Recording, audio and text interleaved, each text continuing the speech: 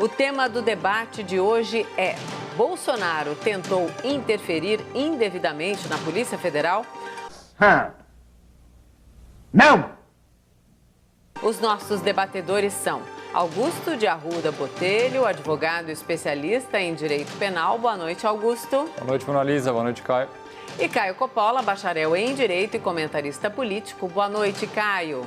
Boa noite, Mona Lisa. Boa noite, doutor Augusto. Boa noite, espectador da CNN.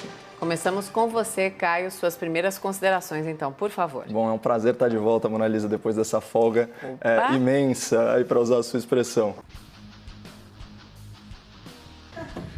Caralho! Bom, estávamos com saudades de ambos. Vamos lá. Idem. Tô puto!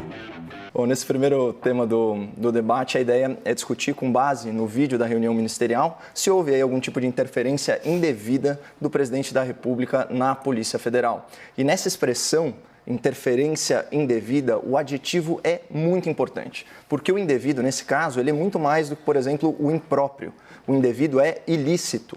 Portanto, quando a gente fala em interferência indevida, nós estamos falando, na verdade, em uma suposta atuação ilegal do presidente da República, certo? Eu já disse que, diante de uma prova incontroversa de ingerência política em uma investigação policial, eu seria o primeiro a apontar o dedo. Por isso é importante retomar as provas e as decisões, submetidas à sociedade pela justiça para a gente formar uma opinião técnica e determinar com certeza jurídica se houve ou se não houve a tal interferência indevida. Bom, com base apenas em declarações à imprensa e prints do ex-ministro da Justiça, o ministro do STF, o Alexandre de Moraes, suspendeu a nomeação de um diretor da Polícia Federal que preenchia todos os requisitos para ocupar o cargo. Quais as consequências desse ato monocrático, autoritário e ilegal, conforme nós debatemos aqui? O governo cumpriu a decisão e revogou a nomeação, mas ele reconduziu o delegado impedido à Agência Brasileira de Inteligência, a ABIN. E depois o presidente da República fez uma nova nomeação para a Diretoria-Geral da Polícia Federal, que por sua vez trocou a Superintendência do Rio de Janeiro, promovendo o antigo superintendente à direção executiva da Polícia Federal. Então, se houvesse alguma ilicitude flagrante nessa troca, o Supremo ele entraria em ação novamente. Mas a decisão do ministro Alexandre de Moraes era tão casuísta, tão partidária e tão inconstitucional que o STF nem questionou as novas nomeações. Pior, o ministro Marco Aurélio, ele enviou ofício à presidência do STF para que as decisões que interfiram em outros poderes sejam tomadas pelo plenário do Supremo e não de forma individual, como ocorreu nesse último caso. Bom, na sequência vieram a público os depoimentos oficiais do ex-ministro da Justiça e do ex-diretor-geral da Polícia Federal. E aí, em ambos esses casos, os depoentes eles declararam que o presidente da República nunca solicitou informações sobre inquéritos policiais, muito menos interferiu ativamente nessas investigações. O ex-ministro da Justiça ainda enfatizou que, abre aspas, em nenhum momento afirmou que o presidente da República teria praticado um crime. Então, mesmo diante de uma declaração tão enfática, o ministro do STF, o Celso de Mello, ele requisitou as gravações de uma reunião ministerial em que o tema da interferência em órgãos policiais foi abordado. Então, contrariando a lei de abuso de autoridade e violando garantias fundamentais dos participantes, o Celso de Mello determinou a exibição do conteúdo quase completo dessa reunião, e não apenas daquele conteúdo relevante ao objeto do inquérito. E assim nós chegamos aí a essa última prova apresentada para determinar se houve interferência indevida em investigações policiais. As falas do presidente da República nessa reunião ministerial de 22 de abril.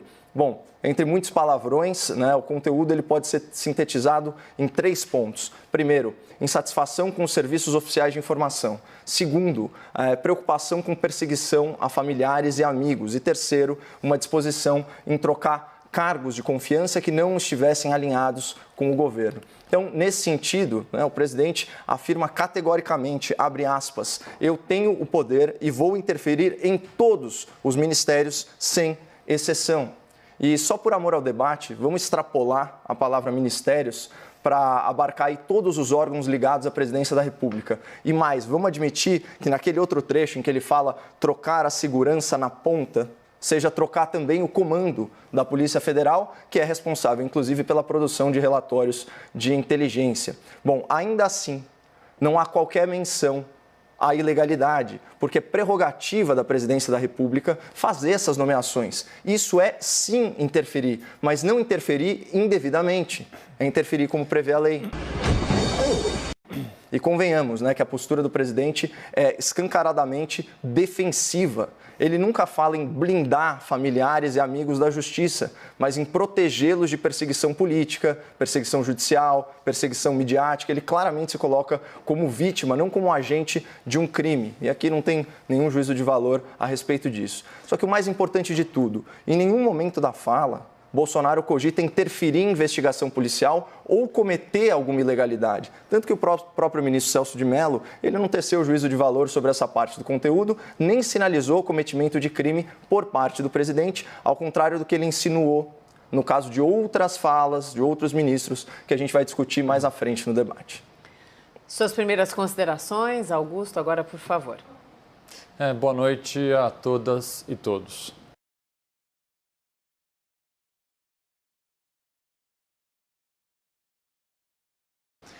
Em 22 de abril de 2020, mais de 45 mil pessoas estavam infectadas por Covid-19 no Brasil. Tínhamos naquela data em nosso país quase 3 mil mortes. O presidente da República convocou então uma reunião com todos os seus ministros para tratar do chamado Plano Brasil, Pró-Brasil. Dos 115 minutos de duração da reunião, a pandemia do coronavírus foi mencionada em apenas 19 minutos e 18 segundos. Augusto, mas o tema da reunião não era especificamente a pandemia. Bom, e que tema, nesse momento, pode ser mais importante? Foi um dos episódios mais chocantes dos últimos tempos. Há várias análises, tanto jurídicas quanto políticas, que podem ser feitas sobre o vídeo divulgado. Mas eu gostaria de começar com uma pergunta. O que Ricardo Salles, Abraham Weintraub e Damares Alves ainda estão fazendo como ministros de Estado da República Federativa do Brasil?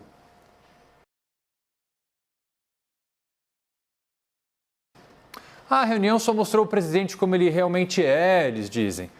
O presidente fala palavrão mesmo, é um homem do povo. Outros afirmam ainda, mais uma vez, que o vídeo não é a tal bala de prata. Bom, se tem uma coisa que o presidente da República falou nesse vídeo foi em bala. Ele afirmou com todas as letras que quer armar a população. Armar não no sentido dado às suas promessas de campanha de flexibilizar o porte de arma, não. Caralho! O presidente falou em armar a população contra prefeitos e governadores que não pensam como ele. Armar a população. Para aqueles que veem algum resquício de normalidade nas cenas divulgadas, eu vou dizer o seguinte. Ao assistir esse vídeo, eu senti de perto, e aqui eu vou usar as palavras do ator Lima Duarte, o hálito putrefato de 1964. De respeito à democracia, o mínimo de respeito às liberdades e ao Estado Democrático de Direito, é preciso mais uma vez dizer basta. O silêncio, nesse momento, vai custar caro demais. Vamos então, Augusto e Caio, ao debate, por favor. Bom, falando em silêncio, é importante relembrar ao espectador da CNN o tema do debate, né? Se houve ou não interferência do Executivo em investigação policial. Bom, só pontuando aí um tema que certamente a gente diverge um pouco sobre a questão de armar a população, ou melhor, né, de permitir e de dar o direito à legítima defesa para a população. Vamos lembrar que, de fato, né, as tiranias aí ao redor do mundo, durante toda a história, desarmaram a sua população civil antes de cometerem aí seus arroubos autoritários. Então, acho que foi a fala do presidente, não tem como interpretar fora desse contexto de armar o cidadão de bem justamente contra a tirania que, infelizmente, tem se verificado aí por ensejo da pandemia e, enfim, essa margem maior de atuação que o STF concedeu a prefeitos e governadores. Por outro lado, também, essa é uma preocupação exacerbada do presidente da República, até porque o que a gente tem observado é que as forças policiais, pelo menos aqui em São Paulo, né, que seriam aí encarregadas de dissuadir essas aglomerações, né, especialmente em tempos de pandemia, elas estão prestando continência à população, elas estão prestando continência aos manifestantes. Isso foi verificado aqui na Avenida Paulista e é uma série de vídeos disponíveis na internet sobre esse acontecimento. Mas voltando aí ao tema, né, eu falei en passant para o espectador da CNN que a decisão do ministro Celso de Mello ela viola, né, a Lei de Abuso de Autoridade, a Lei 13.869 do ano passado, né, de 2019, e também viola direitos e garantias fundamentais. Sobre isso a gente já teve muito espaço aqui para debater, né, no grande debate aqui da CNN. Nós falamos aí da inviolabilidade, né, da privacidade, da intimidade, nesse caso, da imagem e da honra, né, independente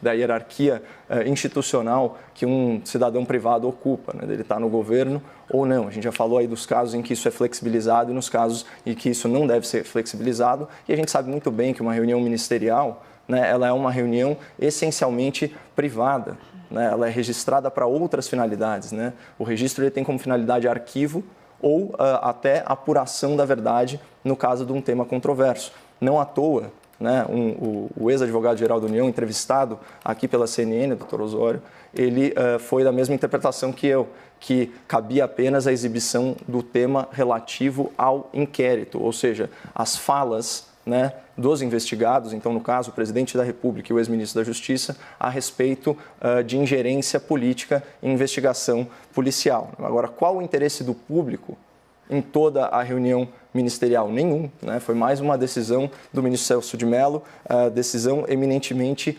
política, né? E eu gostaria de ver essa mesma verve, né, do ministro Celso de Mello em relação, né, a outros acontecimentos, né, e a outras investigações relativas aí ao seu próprio colegiado, né? O doutor Augusto ele trouxe aqui para a gente a questão das falas, né, da ministra Damares, também do ministro Weintraub. Teremos oportunidade de debater isso, acredito, com mais profundidade no segundo tema, mas é importante lembrar que o colega do Celso de Mello, né, o senhor Gilmar Mendes, ele chegou a se referir aos procuradores da Lava Jato como uma organização criminosa, né, e ouviu-se um silêncio muito eloquente. Até quando há troca, né, de insultos entre magistrados da nossa Corte Suprema, como foi o caso, de novo, do senhor Gilmar Mendes com o ministro Luiz Roberto Barroso, a gente percebe um silêncio corporativista por parte, né, dos outros ministros. E aí, claramente, a gente tem o cometimento de crimes, né? Então, mais uma vez, esse duplo padrão, né, esses dois pesos e duas medidas aí do decano da Corte, ele se manifesta de forma muito eloquente. Bom, com relação ao interesse público do vídeo, acho que o vídeo por si só já explica o interesse público do vídeo. Eu acho que nunca na história recente do nosso país a população pôde assistir durante 2 horas um presidente da República cometendo uma série de crimes de responsabilidade e dizendo que quer armar a população sim para combater prefeitos e combater governadores. Então vamos juntar a informação de Paulo Marinho de que a família Bolsonaro recebe informações sobre vazamento de operações com a fala do presidente confirmando que tem um sistema paralelo de informações, com, por exemplo, a fala da deputada Carla Zambelli hoje, dizendo que vai ter uma operação da Polícia Federal contra governos estaduais e prefeituras. Então vamos lá, juntando todas as informações, a possível interferência, mais uma vez, da Polícia Federal. Mas veja bem, há uma diferença completa em o que a gente chama de standard de prova. Vou tentar explicar de forma extremamente rápida.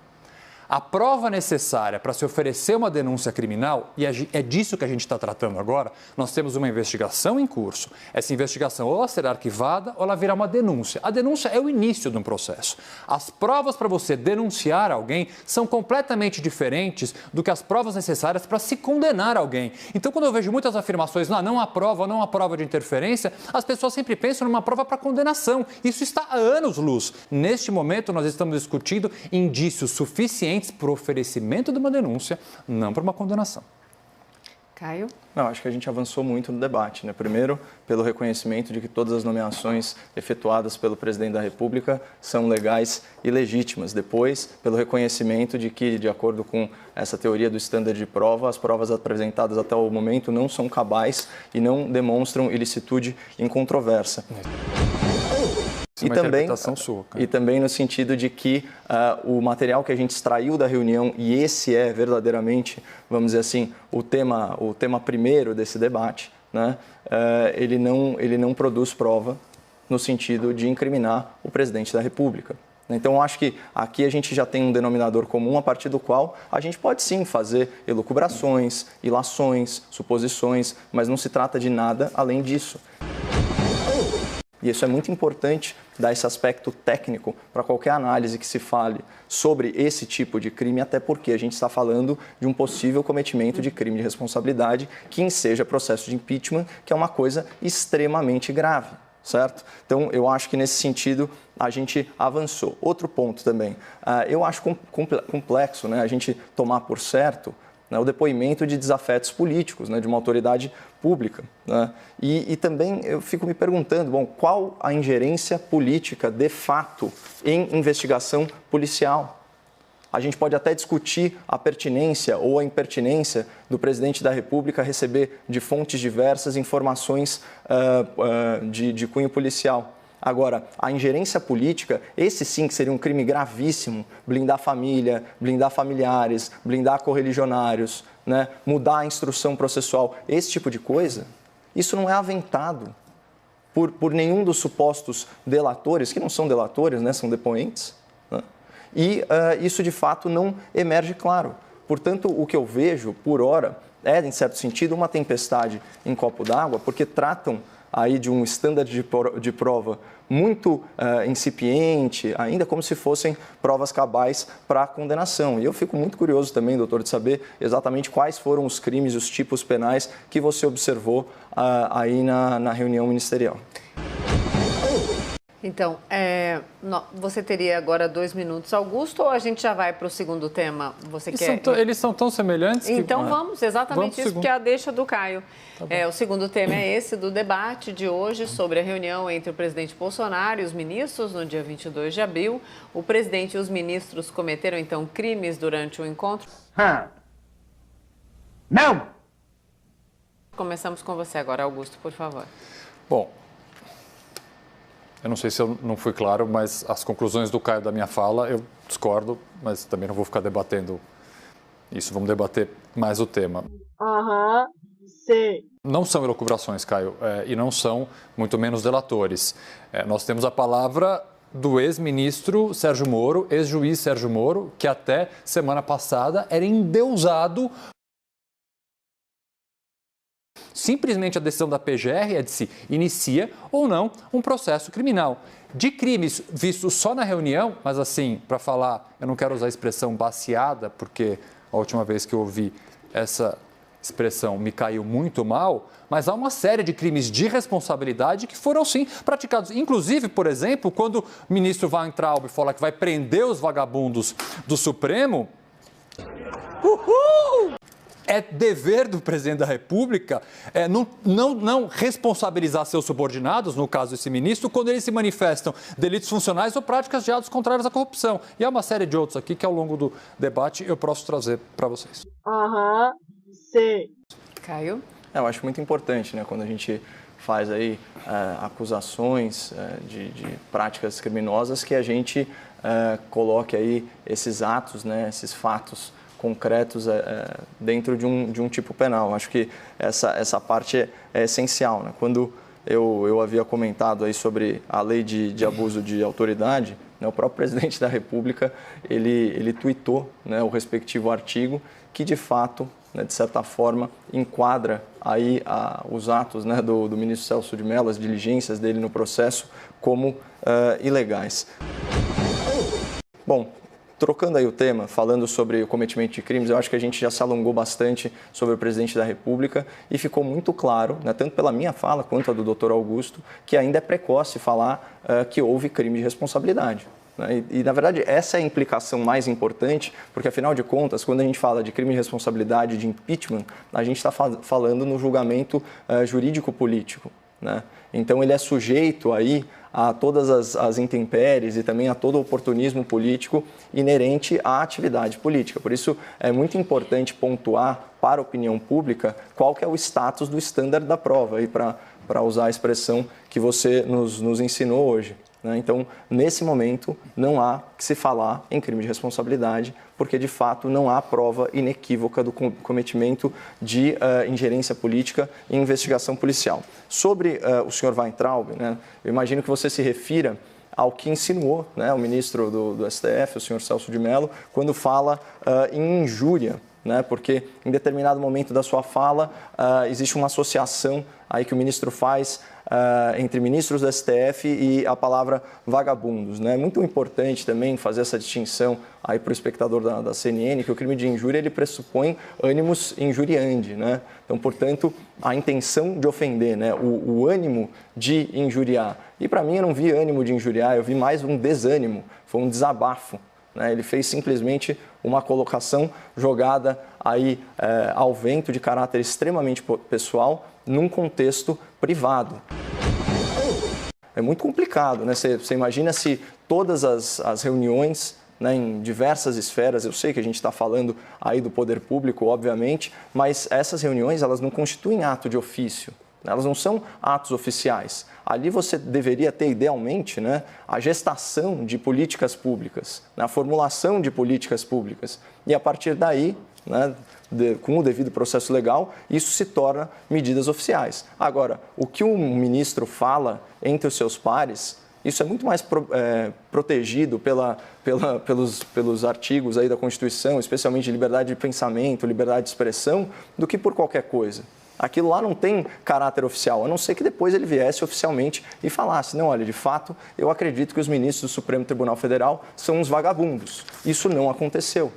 Então, isso foi uma coisa falada em âmbito privado para os seus pares, protegidos por liberdade de expressão. E seria uma pena se um cidadão privado brasileiro não tivesse direito de fazer esse tipo de desabafo aí entre seus colegas de trabalho, sinceramente. Agora, 2 minutos para cada um nos argumentos. Não, Augusto e depois os argumentos finais. Dá tempo, daí a gente arredonda certinho. Eu não suporto mais. Eu cheguei no limite. Caio, eu, por mim, botava esses vagabundos todos na cadeia, começando no STF. Faz tempo. Faz tempo, né? Ué. Bom, a fala por si só. Eu não preciso nem fazer nenhum tipo de colocação sequer jurídica. E, assim, reunião privada de praticamente 40 pessoas, entre ministros, assessores, câmeras e cinegrafistas, é um pouco complicado falar.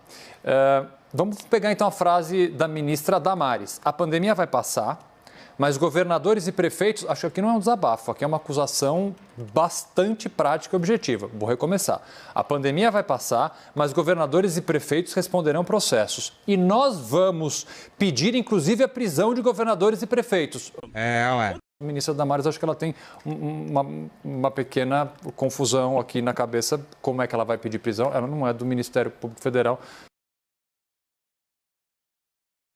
Para uma série de avisos, de ameaças claras do governo federal. Não há outra interpretação possível para se dar a esses atos. Não são apenas falas, são atos.